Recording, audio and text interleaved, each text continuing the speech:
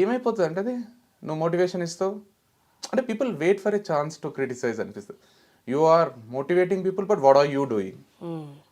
ఇప్పుడు మనము చిన్న పిల్లలకు ఒక సలహా ఇస్తాం and it might not be suitable to us. నాకు అది సూటబుల్ కాకపోవచ్చు at my age. If I'm talking to a person who is 15 years old, if I tell him like అరే ఈ ఏజ్లో కొంచెం మంచిగా చదువుకోవాలి, ఈ ఏజ్లో కరెక్ట్ ఉండాలి, అది 25 years ఏజ్ అనుకో 30 years ఏజ్ అనుకో అది వర్తించదు అది. సో యూ కాంట్, ఇప్పుడు that person can't come and question me saying that నువ్వేం చదువుకోమంటున్నావు, నువ్వేం క్రికెట్ ఆడుకుంటున్నావు అంటే I'm done with that phase. So when it comes to Ram Gopal Varma గారి ఇంటర్వ్యూస్ చూసినప్పుడు కూడా నాకు అదే అనిపిస్తుంది. చాలామంది ఇన్ఫ్లుయెన్స్ అవుతారు, అరే ఇట్లా ఎంజాయ్ చేయాలి.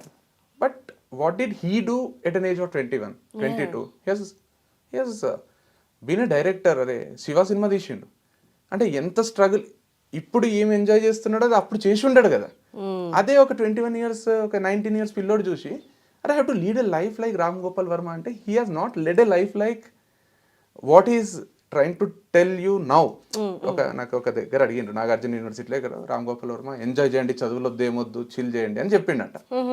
అందరూ ఎగ్జైట్ అయ్యి విజిల్స్ వేసిండ్రు. రామ్ గోపాల్ వర్మ సమాజానికి ఏం చెప్తున్నాడు అని నాకు ఒక ఇంటర్వ్యూర్ అడిగి నేనన్నా రామ్ గోపాల్ చెప్తున్నాడు కరెక్టే, మనం ఆలోచించాలి కదా. అవును రామ్ గోపాల్ వర్మ ఏజ్ వచ్చినప్పుడు కరెక్టే మీరు అన్నట్టు చేయండి.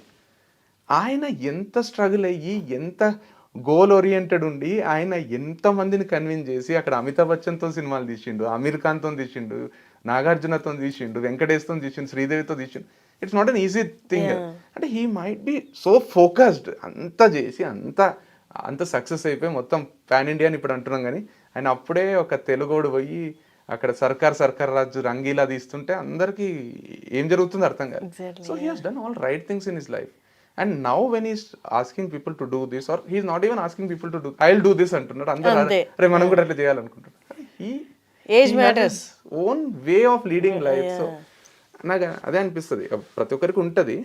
ఇప్పుడు డాడ్ వచ్చి సిగరెట్ తాగకరా అని కొడుకు చెప్తే నువ్వు తాగుతున్నావు కదా అన్నట్టే ఉంటుంది. So he at his age కరెక్టే సిగరెట్ మానేసి చెప్పారు. గాంధీజీ చెప్పినట్టు టీచ్ ఓన్లీ ప్రీచ్ ఓన్లీ ఏమంటారు వెన్ ప్రాక్టీస్ అన్నట్టు కరెక్టే అది. బట్ ఎట్ టైమ్స్ ఏమవుతుందంటే జెండర్ డిఫరెన్సెస్ ఉంటాయి, ఏజ్ డిఫరెన్సెస్ ఉంటాయి, and you can't every time